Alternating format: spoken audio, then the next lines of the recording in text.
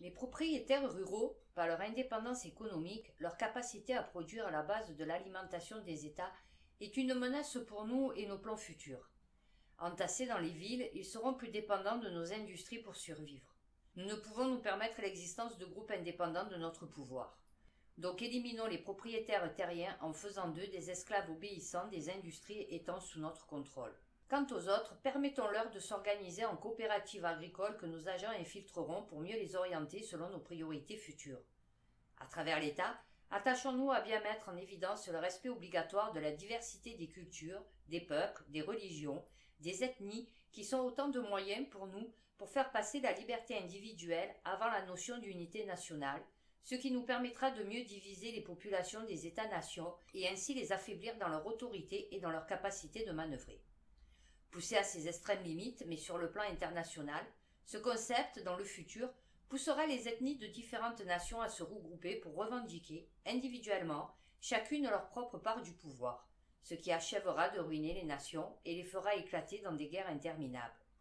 Lorsque les États-nations seront ainsi affaiblis par autant de luttes intestines, toutes fondées sur la reconnaissance des droits des minorités à leur indépendance, que les nationalistes divisés en différentes factions culturelles et religieuses s'opposeront aveuglément dans des luttes sans issue, que la jeunesse aura totalement perdu contact avec ses racines, alors nous pourrons nous servir des Nations Unies pour commencer à imposer notre nouvel ordre mondial. D'ailleurs, à ce stade-là, les idéaux humanitaires, sociaux et historiques des États-nations auront depuis longtemps éclaté sous la pression des divisions intérieures. Fin du document des 666 daté de fin juin 1967. 18 ans plus tard, soit 666 dans le temps, se tint une autre réunion d'importance au Canada. Le groupe des 666 se réunit encore une fois à Toronto, à la fin de juin 1985, mais cette fois-ci afin de finaliser les dernières étapes devant déboucher et sur la chute des États-nations et sur la prise du pouvoir international par les Nations Unies. Document L'Aurore rouge. 1. Titre du document des 666. L'Aurore rouge. But du projet mondialiste. Établissement de l'occulte mondial. Moyens de financement du projet. Contrôle du FMI, du GATT, de la Commission de Bruxelles, de l'OTAN, de l'ONU et d'autres organismes internationaux. Les dernières 18 années furent très profitables pour l'avancement de nos projets mondiaux. Je peux vous dire, frères, que nous touchons maintenant presque au but. La chute des États-nations n'est plus qu'une question de temps, assez court, dois-je vous avouer en toute confiance. Grâce à nos agents d'infiltration et à nos moyens financiers colossaux, des progrès sans précédent ont maintenant été accomplis dans tous les domaines de la science et de la technologie dont nous contrôlons financièrement les plus grandes corporations.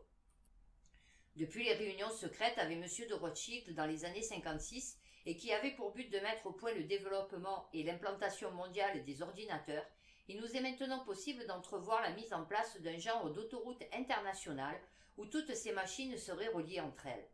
Car, comme vous le savez déjà, le contrôle direct et individuel des populations de la planète serait à tout le moins totalement impossible sans l'usage des ordinateurs et leur rattachement électronique les uns par rapport aux autres en un vaste réseau mondial.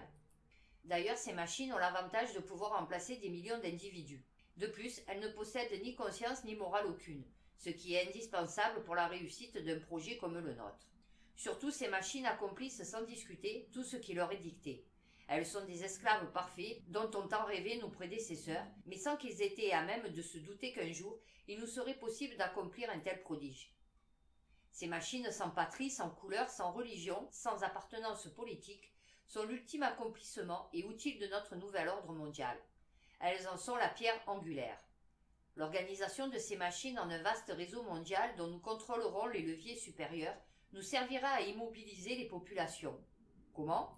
Comme vous le savez, la structure de base de notre nouvel ordre mondial est composée, dans son essence, d'une multitude de réseaux divers couvrant chacun toutes les sphères de l'activité humaine sur toute l'étendue de la planète. Jusqu'à ce jour, tous ces réseaux étaient reliés entre eux par une base idéologique commune, celle de l'homme comme étant le centre et l'ultime accomplissement de l'univers. Ainsi, grâce à tous ces réseaux unis par le lien de la nouvelle religion de l'homme pour l'homme, nous avons pu facilement infiltrer tous les secteurs humains dans tous les pays occidentaux et en modifier la base judéo-chrétienne. Le résultat est qu'aujourd'hui cet homme, qu'il fasse partie du politique, de l'économique, du social, de l'éducation, du scientifique ou du religieux, a déjà, depuis notre dernière réunion de fin juin 67, abandonné son héritage passé pour le remplacer par notre idéal d'une religion mondiale basée uniquement sur l'homme. Coupé ainsi qu'il est dorénavant de ses racines historiques, cet homme n'attend plus, en définitive, que lui soit proposée une nouvelle idéologie. Celle-ci, bien entendu, est la nôtre, celle du village communautaire global dont il sera le centre. Et c'est précisément ce que nous lui apporterons en l'encourageant à en faire partie, corps et âme, de ce réseau électronique mondial où les frontières des États-nations auront été à tout jamais abolies, anéanties jusqu'à leurs racines les plus profondes. Pendant que cet homme égaré sera absorbé par son enthousiasme aveugle à faire partie de sa nouvelle communauté mondiale, en faisant partie de ce vaste réseau d'ordinateurs, pour notre compte, nous verrons, à partir des leviers supérieurs qui lui seront cachés, à le ficher, à l'identifier, à le comptabiliser et à le rentabiliser selon nos propres objectifs. Car à l'intérieur de cette nouvelle société globale, aucun individu ayant un potentiel de rentabilité pour nous ne pourra nous échapper. L'apport constant de la technologie électronique devra nous assurer de tous les moyens pour ficher, identifier et contrôler tous les individus des populations de l'Occident. Quant à ceux qui ne représenteront aucune rentabilité exploitable par nous, nous verrons à ce qu'ils s'éliminent d'eux-mêmes à travers toutes les guerres intestines locales que nous aurons pris soin de faire éclater, ici et là, en nous ayant servi et de la chute de l'économie des États-nations et des oppositions et des revendications des divers groupes composant ces mêmes États. Voici donc la manière détaillée par laquelle nous procéderons d'ici 1998 pour paver la route à la naissance de notre gouvernement mondial. 1. Décupler la société des loisirs qui nous a été si profitable à date, en nous servant de l'invention du vidéo que nous avons financé et des jeux qui lui sont rattachés, finissons de pervertir la morale de la jeunesse. Offrons-lui la possibilité de satisfaire maintenant tous ses instincts. Un être possédé par ses sens et esclave de ceux-ci n'a ni idéal, ni force intérieure pour défendre quoi que ce soit. Il est un individualiste par nature et représente un candidat parfait que nous pouvons modeler aisément selon nos désirs et nos priorités. D'ailleurs, rappelez-vous avec quelle facilité nos prédécesseurs ont pu orienter toute la jeunesse allemande au début du siècle en se servant du désabusement de cette dernière. 2. Encourager la contestation étudiante pour toutes les causes rattachées à l'écologie. La protection obligatoire de cette dernière sera un atout majeur le jour où nous aurons poussé les États-nations à échanger leur dette intérieure contre la perte de 33% de tout leur territoire demeuré à l'état sauvage. 3. Comblons le vide intérieur de cette jeunesse en l'initiant, dès son tout jeune âge, à l'univers des ordinateurs. Utilisons pour cela son système d'éducation. Un esclave au service d'un autre esclave que nous contrôlons. 4. Sur un autre plan, établissons le libre-échange international comme étant une priorité absolue pour la survie économique des États-nations. Cette nouvelle conception économique nous aidera à accélérer le déclin des nationalistes de toutes les nations, à les isoler en factions diverses et au moment voulu à les opposer farouchement les uns aux autres dans des guerres intestines qui achèveront de ruiner ces nations. 5. Pour nous assurer à tout prix de la réussite d'une telle entreprise, faisons en sorte que nos agents déjà infiltrés dans le ministère des Affaires intergouvernementales et de l'immigration des États-nations fassent modifier en profondeur les lois de ces ministères. Ces modifications viseront essentiellement à ouvrir les portes des pays occidentaux à une immigration de plus en plus massive à l'intérieur de leurs frontières, immigration que nous aurons d'ailleurs provoquée en ayant pris soin de faire éclater, ici ou là, de nouveaux conflits locaux. Par des campagnes de presse bien orchestrées dans l'opinion publique des États-nations ciblés, nous provoquerons chez celles-ci un afflux important de réfugiés qui aura pour effet de déstabiliser leur économie intérieure et de faire augmenter les tensions raciales à l'intérieur de leur territoire. Nous verrons à faire en sorte que des groupes d'extrémistes étrangers fassent partie de ces afflux d'immigrants, ce qui facilitera la déstabilisation politique, économique et sociale des nations visées. 6. Ce libre-échange qui, en réalité, n'en est pas un, car il est déjà contrôlé pour nous tout au sommet de la hiérarchie économique, noyautons-le en 3 commissions latérales, celle de l'Asie, celle de l'Amérique, celle de l'Europe. Il nous apportera la discorde à l'intérieur des États-nations par la hausse du chômage reliée aux restructurations de nos multinationales. 7. Transférons lentement, mais sûrement, nos multinationales dans de nouveaux pays acquis à l'idée de l'économie de marché, tels les pays de l'Est de l'Europe, en Russie et en Chine par exemple. Nous nous fichons bien pour l'instant si leur population représente ou non un vaste bassin de nouveaux consommateurs. Ce qui nous intéresse, c'est d'avoir accès, en premier lieu, à une main-d'œuvre esclave, à bon marché et non syndiquée, que nous offrent ces pays et ceux du tiers-monde. D'ailleurs, leurs gouvernements ne sont-ils pas mis en place par nous? Ne font-ils pas appel à l'aide étrangère et auprès de notre Fonds monétaire international et de notre Banque mondiale? Ces transferts offrent plusieurs avantages pour nous. Ils contribuent à entretenir ces nouvelles populations dans l'illusion d'une libération économique, d'une liberté politique, alors qu'en réalité, nous les dominerons par l'appétit du gain et un endettement dont ils ne pourront jamais s'acquitter. Quant aux populations occidentales, elles seront entretenues dans le rêve du bien-être économique, car les produits importés de ces pays ne subiront aucune hausse de prix. Par contre, sans qu'elles s'en aperçoivent au début, de plus en plus d'industries seront obligées de fermer leurs portes à cause des transferts que nous aurons effectués hors des pays occidentaux. Ces fermetures augmenteront le chômage et apporteront des pertes importantes de revenus pour les États-nations. 8. Ainsi, nous mettrons sur pied une économie globale à l'échelle mondiale qui échappera totalement au contrôle des États-nations. Cette nouvelle économie sera au-dessus de tout. Aucune pression politique ou syndicale ne pourra avoir de pouvoir sur elle. Elle dictera ses propres politiques mondiales et obligera à une réorganisation politique, mais selon nos priorités à l'échelle mondiale. Ainsi, les pays du tiers-monde et d'autres semblables à eux ne pourront pas être en mesure d'échapper à notre volonté de nous servir de leur population comme main-d'œuvre esclave. 11. Pour contrôler le marché mondial, nous devrons détourner la productivité de son but premier, libérer l'homme de la dureté du travail. Nous l'orienterons en fonction de la retourner contre l'homme en asservissant ce dernier à notre système économique, où il n'aura que le choix de devenir notre esclave et même un futur criminel. 12. Tous ces transferts à l'étranger de nos multinationales et la réorganisation mondiale de l'économie auront pour but, entre autres, de faire grimper le chômage dans les pays occidentaux. Cette situation sera d'autant plus réalisable parce qu'au départ, nous aurons privilégié l'importation massive des produits de base à l'intérieur des États-nations et du même coup, nous aurons surchargé ces États par l'emploi exagéré de leur population à la production de services qu'ils ne pourront plus payer. Ces conditions extrêmes multiplieront par millions les masses d'assistés sociaux de tout genre, d'illettrés, de sans-abri. 13. Par des pertes de millions d'emplois dans le secteur primaire, à même les évasions déguisées de capitaux étrangers hors des États-nations, il nous sera ainsi possible de mettre en danger de mort l'harmonie sociale par le spectre de la guerre civile. 14.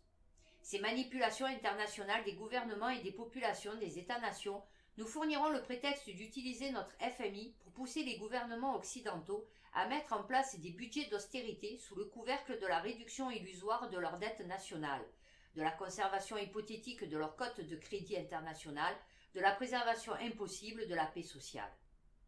15.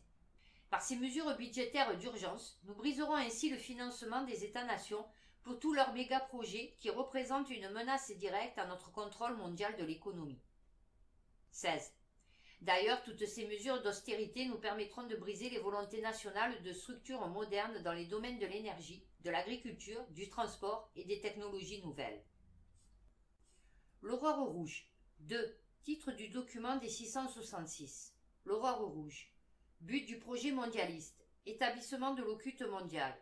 Moyens de financement du projet, contrôle du FMI, du GATT, de la Commission de Bruxelles, de l'OTAN, de l'ONU et d'autres organismes internationaux. Première partie. 17.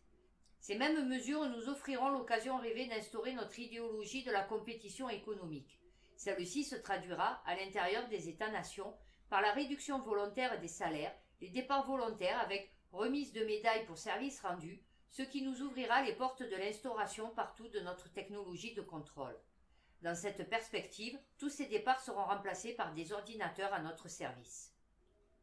18. Ces transformations sociales nous aideront à changer en profondeur la main-d'œuvre policière et militaire des États-nations. Sous le prétexte des nécessités du moment et sans éveiller de soupçons, nous nous débarrasserons une fois pour toutes de tous les individus ayant une conscience judéo-chrétienne. Cette restructuration des corps policiers et militaires nous permettra de limoger sans contestation le personnel âgé, de même que tous les éléments ne véhiculant pas nos principes mondialistes. Ceux-ci seront remplacés par de jeunes recrues dépourvues de conscience et de morale, et déjà toutes entraînées et favorables à l'usage inconsidéré de notre technologie de réseau électronique. 19. Dans un même temps, et toujours sous le prétexte de coupures budgétaires, nous veillerons au transfert de bases militaires des États-nations vers l'Organisation des Nations Unies. 20. Dans cette perspective, nous travaillerons à la réorganisation du mandat international des Nations Unies. De force de paix sans pouvoir décisionnel, nous l'amènerons à devenir une force d'intervention où seront fondues, en un tout homogène, les forces militaires des États-nations. Ceci nous permettra d'effectuer, sans combat, la démilitarisation de tous ces États de manière à ce qu'aucun d'entre eux, dans l'avenir, ne soit suffisamment puissant, indépendant, pour remettre en question notre pouvoir mondial. 21. Pour accélérer ce processus de transfert, nous impliquerons la force actuelle des Nations Unies dans des conflits impossibles à régler. De cette manière, et avec l'aide des médias que nous contrôlons, nous montrerons aux populations l'impuissance et l'inutilité de cette force dans sa forme actuelle. La frustration aidant, et poussée à son paroxysme au moment voulu, poussera les populations des États-nations à supplier les instances internationales de former une telle force multinationale au plus tôt afin de protéger à tout prix la paix. 22. L'apparition prochaine de cette volonté mondiale d'une force militaire multinationale ira de pair avec l'instauration, à l'intérieur des États-nations, d'une force d'intervention multijuridictionnelle. Cette combinaison des effectifs policiers et militaires, créée à même le prétexte de l'augmentation de l'instabilité politique et sociale grandissante à l'intérieur de ces États, croulant sous le fardeau des problèmes économiques, nous permettra de mieux contrôler les populations occidentales. Ici, l'utilisation à outrance de l'identification et du fichage électronique des individus nous fournira une surveillance complète de toutes les populations visées. 23. Cette réorganisation policière et militaire intérieure et extérieure des États-nations permettra de faire converger le tout vers l'obligation de la mise en place d'un centre mondial judiciaire. Ce centre permettra aux différents corps policiers des États-nations d'avoir rapidement accès à des banques de données sur tous les individus potentiellement dangereux pour nous sur la planète. L'image d'une meilleure efficacité judiciaire et les liens de plus en plus étroits créés et entretenus avec le militaire nous aideront à mettre en valeur la nécessité d'un tribunal international doublé d'un système judiciaire mondial, l'un pour les affaires civiles et criminelles individuelles et l'autre pour les nations. 24. Au cours de la croissance acceptée par tous de ces nouvelles nécessités, il serait impérieux pour nous de compléter au plus tôt le contrôle mondial des armes à feu à l'intérieur des territoires des États-nations. Pour ce faire, nous accélérerons le plan Alpha mis en œuvre au cours des années 60 par certains de nos prédécesseurs. Ce plan, à l'origine, visait deux objectifs qui sont demeurés les mêmes encore aujourd'hui. Par l'intervention de tireurs fous, créer un climat d'insécurité dans les populations pour amener à un contrôle plus serré des armes à feu. Orienter les actes de violence de manière à en faire reporter la responsabilité par des extrémistes religieux ou des personnes affiliées à des allégeances religieuses de tendance traditionnelle ou encore des personnes prétendant avoir des communications privilégiées avec Dieu. Aujourd'hui, afin d'accélérer ce contrôle des armes à feu, nous pourrons utiliser la chute des conditions économiques des États-nations qui entraînera avec elle une déstabilisation complète du social, donc augmentation de la violence. Je n'ai pas besoin de vous rappeler, ni de vous démontrer, frères, les fondements de ce contrôle des armes à feu. Sans celui-ci, il deviendrait presque impossible pour nous de mettre à genoux les populations des États visés. Rappelez-vous avec quel succès nos prédécesseurs ont pu contrôler l'Allemagne de 1930 avec les nouvelles lois mises en application à l'époque, lois d'ailleurs sur lesquelles sont fondées les lois actuelles des États-nations pour ce même contrôle. 25. Les dernières étapes se rapportent à la phase oméga, expérimentée à partir des expérimentations effectuées au début des années 70. Elle renferme la mise en application, à l'échelle mondiale, des armes électromagnétiques. Les changements de climat entraînant la destruction des récoltes, la faillite dans ces conditions des terres agricoles, la dénaturation, par moyens artificiels, des produits alimentaires de consommation courante, l'empoisonnement de la nature par une exploitation exagérée et inconsidérée et l'utilisation massive de produits chimiques dans l'agriculture, tout cela, frères, mènera à la ruine assurée des industries alimentaires des États-nations. L'avenir du contrôle des populations de ces États passe obligatoirement par le contrôle absolu, par nous, de la production alimentaire à l'échelle mondiale et par la prise de contrôle des principales routes alimentaires de la planète. Pour ce faire, il est nécessaire d'utiliser l'électromagnétique, entre autres, pour déstabiliser les climats des États les plus productifs sur le plan agricole. Quant à l'empoisonnement de la nature, elle sera d'autant plus accélérée que l'augmentation des populations l'y poussera sans restriction. 26. L'utilisation de l'électromagnétique pour provoquer des tremblements de terre dans les régions industrielles les plus importantes des États-nations contribuera à accélérer la chute économique des États les plus menaçants pour nous, de même qu'à amplifier l'obligation de la mise en place de notre nouvel ordre mondial. 27. Qui pourra nous soupçonner? Qui pourra se douter des moyens utilisés? Ceux qui oseront se dresser contre nous en diffusant de l'information quant à l'existence et au contenu de notre conspiration deviendront suspects aux yeux des autorités de leur nation et de leur population. Grâce à la désinformation, au mensonge, à l'hypocrisie et à l'individualisme que nous avons créés au sein des peuples des États-nations, l'homme est devenu un ennemi pour l'homme. Ainsi, ces individus indépendants qui sont des plus dangereux pour nous justement à cause de leur liberté seront considérés par leurs semblables comme étant des ennemis et non des libérateurs. L'esclavage des enfants, le pillage des richesses du tiers-monde, le chômage, la propagande pour la libération de la drogue, l'abrutissement de la jeunesse des nations, l'idéologie du respect de la liberté individuelle diffusée au sein des églises judéo-chrétiennes et à l'intérieur des États-nations, l'obscurantisme considéré comme une base de fierté, les conflits interethniques et notre dernière réalisation, les restrictions budgétaires, tout cela nous permet enfin de voir l'accomplissement ancestral de notre rêve, celui de l'instauration de notre nouvel ordre mondial. Fin du document de fin, juin 1995. Conclusion. Alors, le protocole de Toronto, 666, mythe ou réalité? Ce serait comme de demander si le meilleur des mondes est lui aussi un mythe ou une réalité, même s'il s'agit d'un roman. Pourtant, son auteur a lui aussi eu accès à des documents d'époque pour le créer. Son auteur savait bien que la révélation, la diffusion des informations qu'il possédait, mais sous une autre forme que celle du roman, aurait éveillé chez les populations beaucoup plus de méfiance que d'acceptation. Et combien d'autres auteurs ont dû, eux aussi, user du même stratagème pour avertir leurs contemporains et les générations futures? Alors, le protocole de Toronto 666, mythe ou réalité?